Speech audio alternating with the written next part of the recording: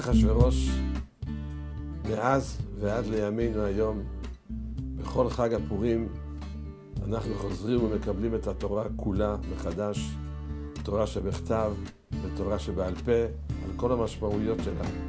חז"ל אומרים שקבעו את זמן ט"ו לפי זמן המקום שיש בו זכר לחומת יהושע בן נון, כדי שיהיה זיכרון מארץ ישראל בנס הזה של חג הפורים.